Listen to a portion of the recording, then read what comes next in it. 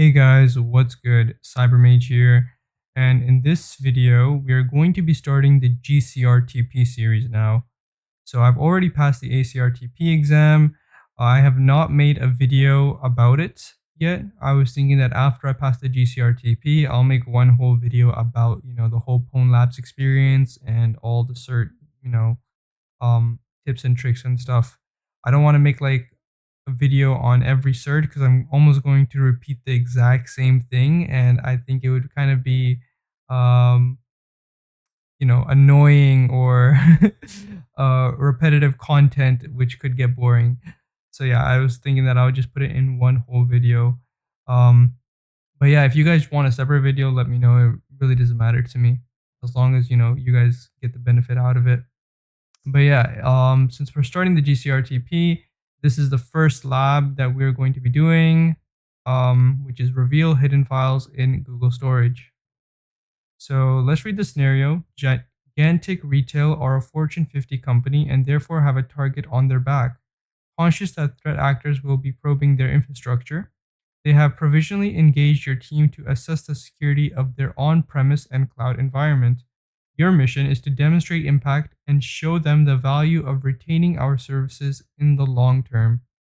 So they've gave us a URL. So let's go to this URL.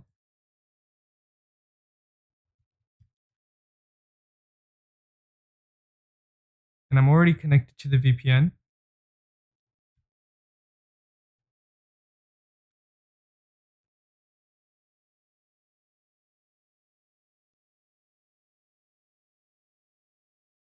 And we can see here it's just an HTML page by this extension. We can click around, but we really aren't redirected to anywhere else. So let's go ahead and check the source code of this. And near the end of the source code, we will find a comment that shows this bucket. We can go ahead and check what's in this bucket. And it gives us this image, and we've seen this image over here in the main page. It was just showing here a second ago. But yeah, so this bucket could be used for this website. And yeah, here's the image again. It's not 100% certain that it's being used, mainly because it is commented out.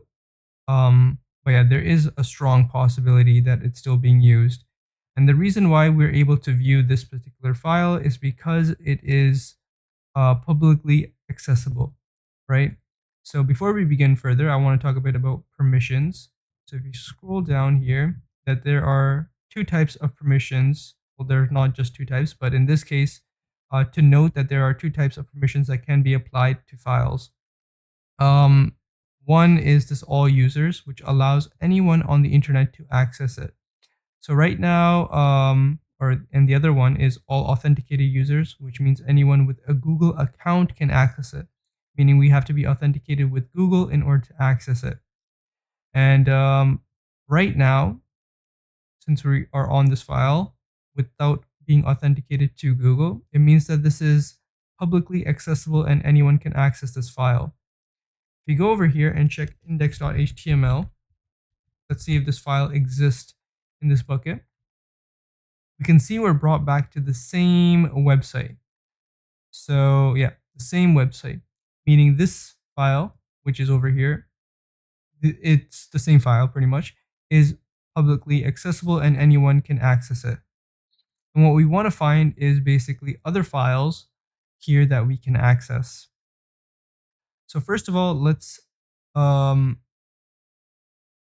here. I want to organize this correctly. There's two tools that we can use to access files. One is gcloud and the other one is gsutil. gsutil is more commonly used when accessing and managing Google storage, so it has much more permissions. But gcloud is also really useful because it allows us to use this other permission to check if this permission exists, this one over here, all authenticated users, anyone with a Google account. In this case, it allows us to authenticate, which is why we like to use it. Before we start with authenticating. Let's go ahead and see what we can find as a non-authenticated user just using this command over here. So as a non-authenticated user, we're not logged into our Google account. We're going to use common.txt, which is a popular word list with this bucket. And we're just going to fuzz it over here, right fuzz here, because this is what we're looking for. We're looking for other files. And we're going to see what we can get. We're going to get a lot of errors first. And from here, we're going to have to use fs to filter size and 28 or 298. And we can see we only got index.html, which did work for us before, just pretty much this over here. So we're not able to see any other files that exist here. We could try to list what's in the bucket to see if we have permissions to list objects, and we can easily find a particular file that might not exist in these common word lists. So let's go ahead and try to do that with gsutil as right here, gsutil as a non-authenticated user. gsutil ls, and this is the bucket name. And we get anonymous caller does not have this permission on the Google Cloud Storage bucket. Let's go ahead and try gcloud.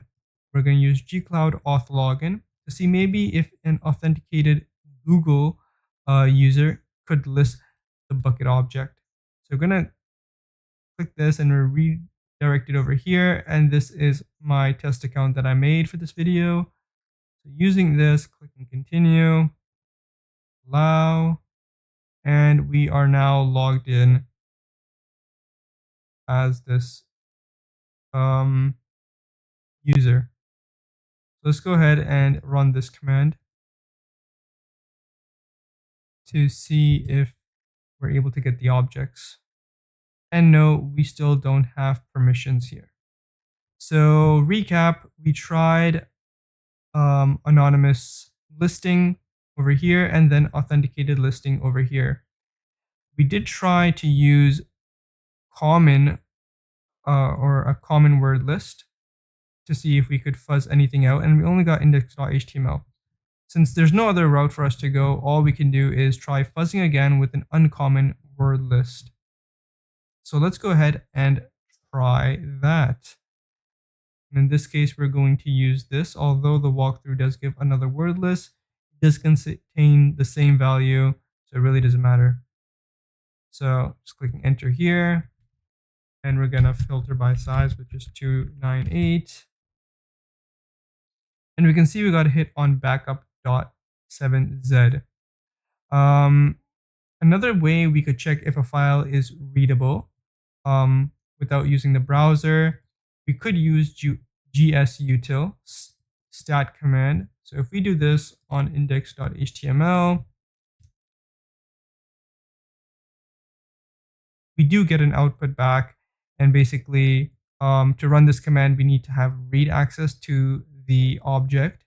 And then since we do have it and it's publicly accessible, we do get an output back. The same way with over here, we have a status 200, we have this. If we try backup.7z, we should get an output back. And there we go. To note, sometimes access control lists can be applied to specific objects, meaning backup.7z might not be readable or accessible, but index.html can be. So it could depend on that. But in this case, we're just going to go with a simple mindset and assume because index.html is readable, backup.7z could also be readable. We're just going to go with a simple mindset that, hey, could be the same configuration and it wasn't really, there's no fine-grained control on this specific file. So we can copy this, and there's two ways to download it. We can literally just go here and write backup.7z, and it will download it for us right over here. Another thing we can do is use gsutil, this copy command, copy this, and we're going to output it into this directory. And the operation has now been completed. If you do ls, we should have it over here. Let me just think, am I missing something, or is there something I want to explain? Yeah, okay, we're good to go. Let's go ahead and extract this 7-zip file, 7z file, whatever you call it. And it's going to ask us for a password. We're just going to go ahead and enter a random password since we don't know it. And it's just going to give us an error. And it does show us that 2 files, which is this, and the flag.txt is in this backup file or archive.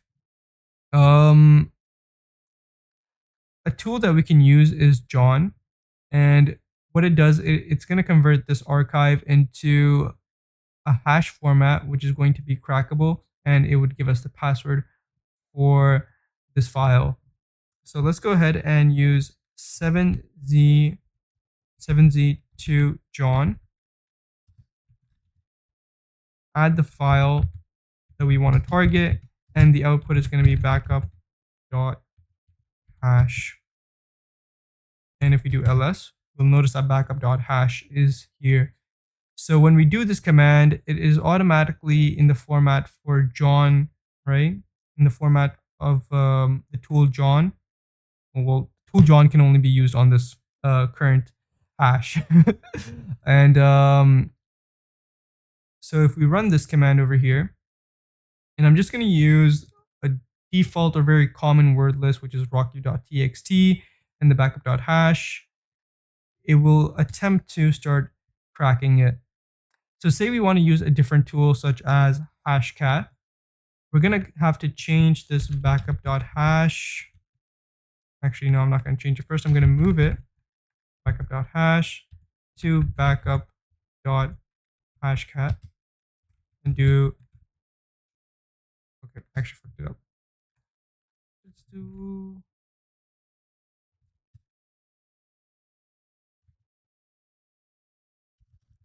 all right, let's just do this.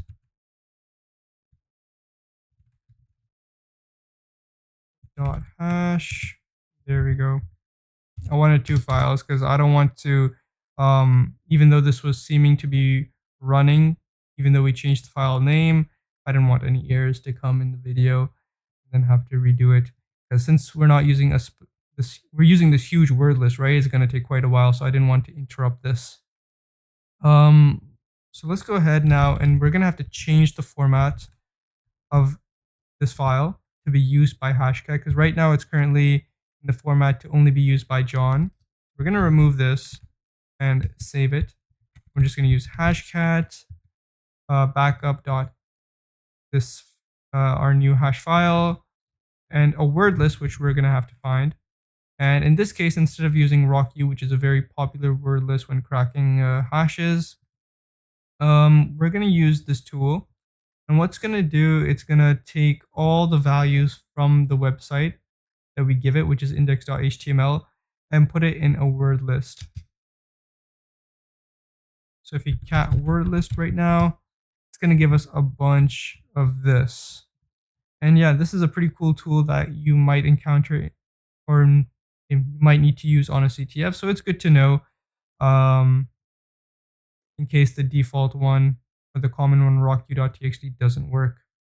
So let's go ahead and run Hashcat, backup.hashcat, wordlist.txt, and we're going to use this command over here because I've already ran it before, and this is going to not use the saved pod file. It's not going to just be like error out and be like, hey, you've already cracked this before, so why are you doing it again? So it's going to disable that, and it's going to just do it from the start. And we're not adding the -m module because Hashcat is able to automatically detect it, and as you can see, it automatically did, which is 11600 7-zip archive. So you could add this if you want, but sometimes I just let it go. It really doesn't matter, it still works. And we can see it has already done it, and the password is balance. So if we do 7zx backup .7z, paste the password here, and everything is okay and it works. So if we do ls, we should notice that customer credit review file is here and the flag.txt is also here. If we go back here, this is also going to work, but it just takes some time for it to work. So yeah, that is pretty much it. Just to demonstrate that it's going to work, I can do at this grep balance. It's gonna parse through this whole word list and check if the word balance exists inside of it. And if it does, it kind of proves the concept that, hey, this is going to find the password. And as we can see, balance is right over here. So yeah, that is pretty much it for the video. Take care, guys, and see you for the next one.